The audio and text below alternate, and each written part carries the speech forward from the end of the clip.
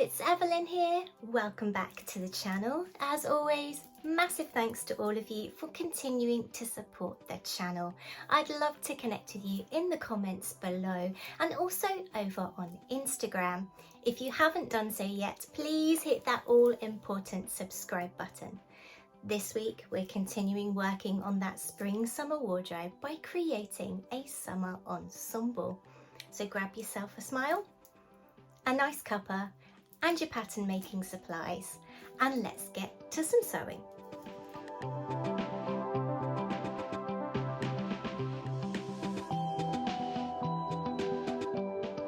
Tie front tops with short cut-on sleeves are seen throughout the 1940s and into the 1950s, often paired with shorts or a mid-length skirt. These co-ord ensembles were the height of women's fashion, and I love how even though this is casual wear, it still screams such elegance and style, with a fun and young edge in the fabrics and prints used.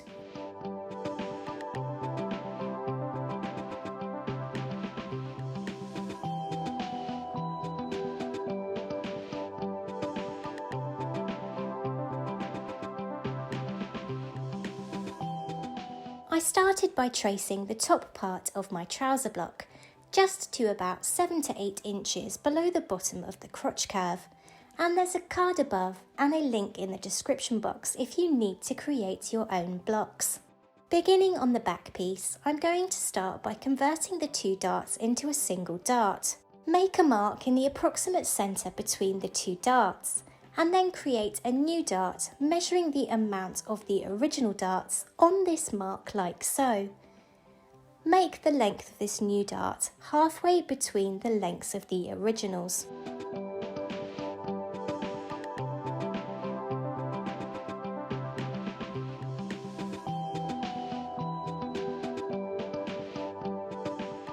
We are then going to close the darts on the pattern to begin to create a really simple 40s flared shorts pattern.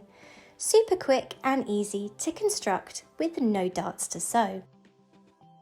Score down 1 dart leg and through the centre of the dart with your scissors to enable you to close it, taping it in place. Then carefully trace around your pattern piece now that the dart is closed, repeating this process on your front and back pieces. I'm going to make the inseam of my shorts 4.5 inches, so I'm marking that measurement on my inseam before squaring across the pattern to create my new hemline.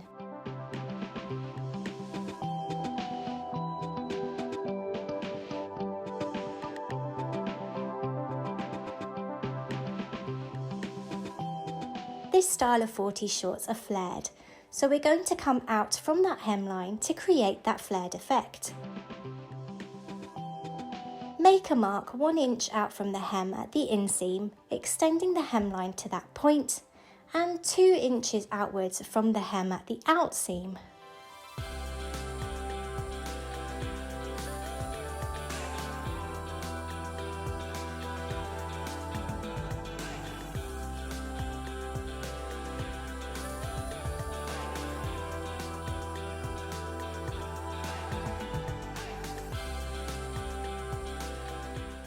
Now join those new points to the main body of your pattern.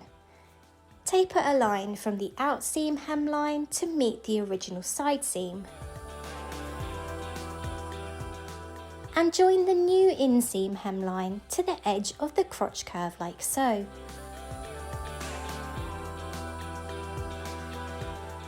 And that completes the style lines on our front pattern. Now let's work on the back. As you can see, take your time when tracing your dartless patterns, lining them up along the waistline to carefully trace them, unlike what I did here. Oops. To begin, mark your inseam measurement and square across to create your hemline as you did for the front pattern.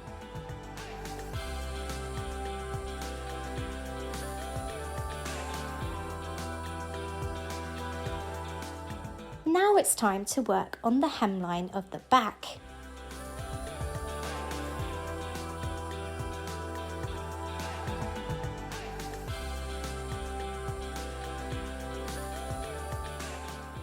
For the back, come out 1.5 inches from the hemline at the inseam and by 2.5 inches on the outseam, extending the hemline and creating the flared shape.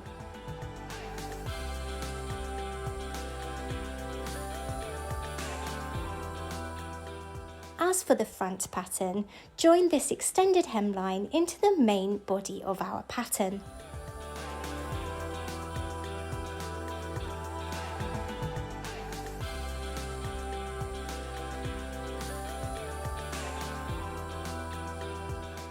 The next step is to work on our waistband. Mark 1.5 inches below the waistline, plotting a line to create our waistband. Repeat this process on the front and back pieces before cutting out the pattern, separating the waistbands from the main body of the shorts. And here is our pattern. Our back and front short pieces with our waistbands. Now we're going to finish the waistband. Join the front and back waistband pieces to create the full pattern, flipping the back piece and taping it to the front piece, effectively joining them at the side seam.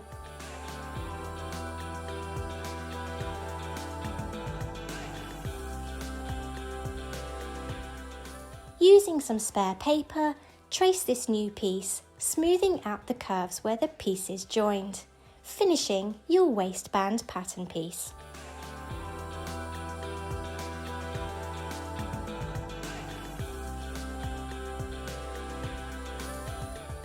I label the centre back and centre front on the pattern, placing a fold mark at centre front as we will cut one of these out on the fold, and adding a note at centre back to add an underlap.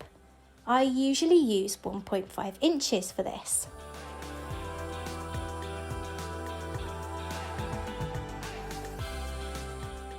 And here is our finished shorts pattern.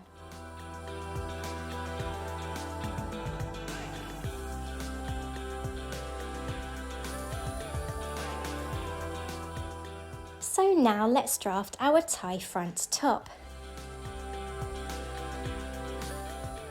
I begin by tracing a full front of the short-sleeved kimono block.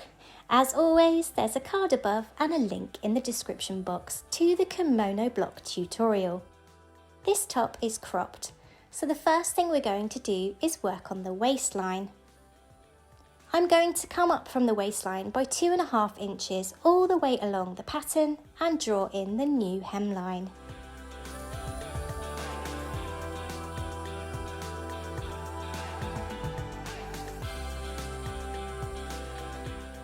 Now let's work on the style lines. Firstly, plotting our side seam on the right side of the pattern, coming up from the waistline along the side seam, plotting a measurement of 3 inches and making a mark. Come in from the left neckline by 2 inches and make a mark. Now join those two marks together in a curved line, making sure that this curved line comes above the bust apex by a few inches on the left side and below the apex by a few inches on the right side.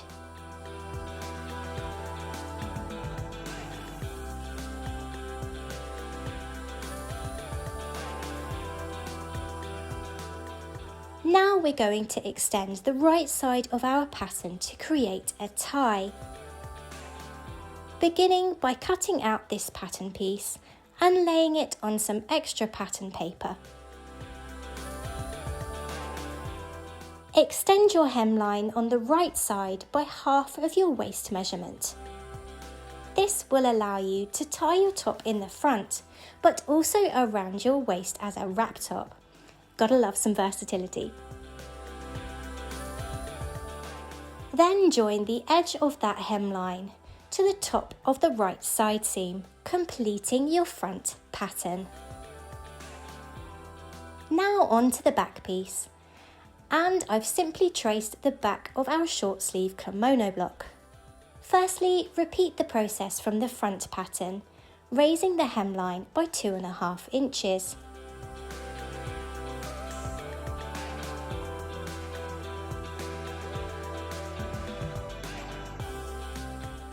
Finally, match up the necklines on the pattern pieces, placing the left front neckline against the back piece neckline like so, matching them at the outer edge. Make a mark on the back pattern where the front neckline finishes. Remove your front pattern and join that mark into the inner edge of your back neckline using a curved line.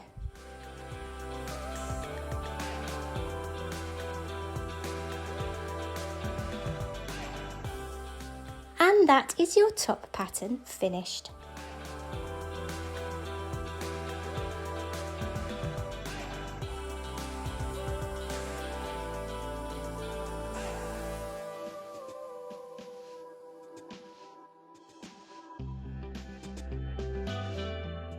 Firstly, pair each front short piece with a back short piece. Place them right sides together and sew the inside and outside leg seams, creating the two legs of your shorts.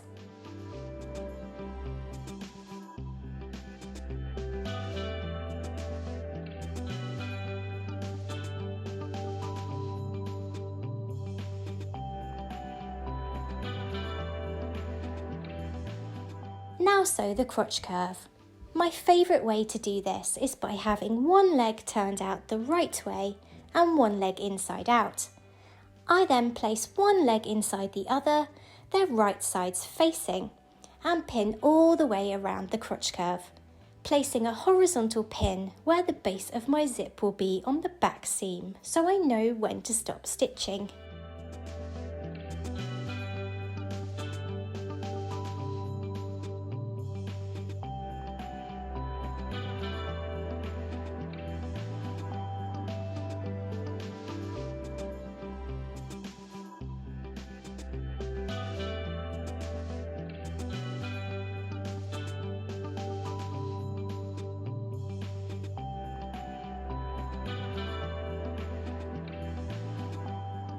Now install a zip into the centre back seam. I used an 8-inch invisible zip in red so that the zip pull matches the cherries on the fabric. It's the little things.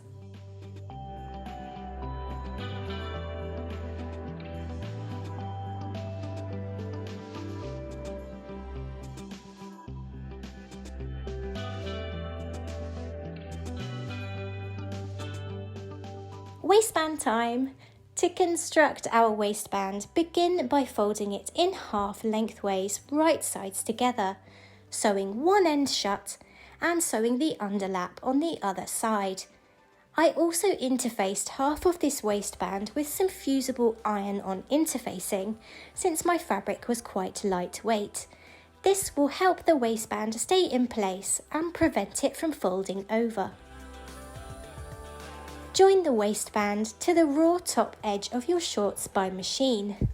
Then you can fold the waistband to the inside of the garment before hand stitching it in place. The only thing left to do is hem your shorts and then they're finished.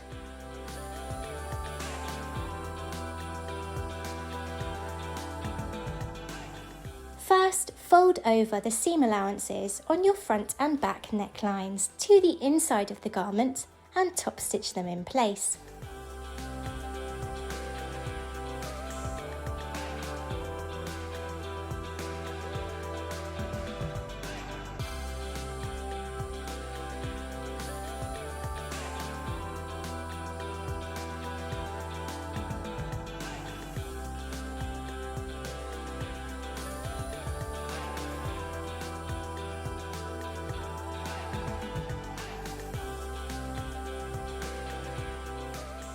Pin the front and back bodice pieces right sides together along the shoulder and side seams, stitching them in place.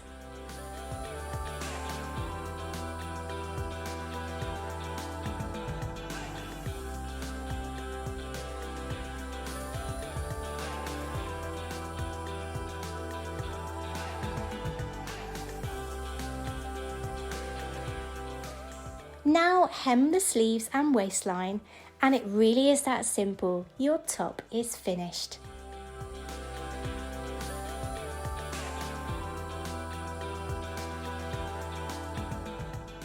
Now it's time for the reveal.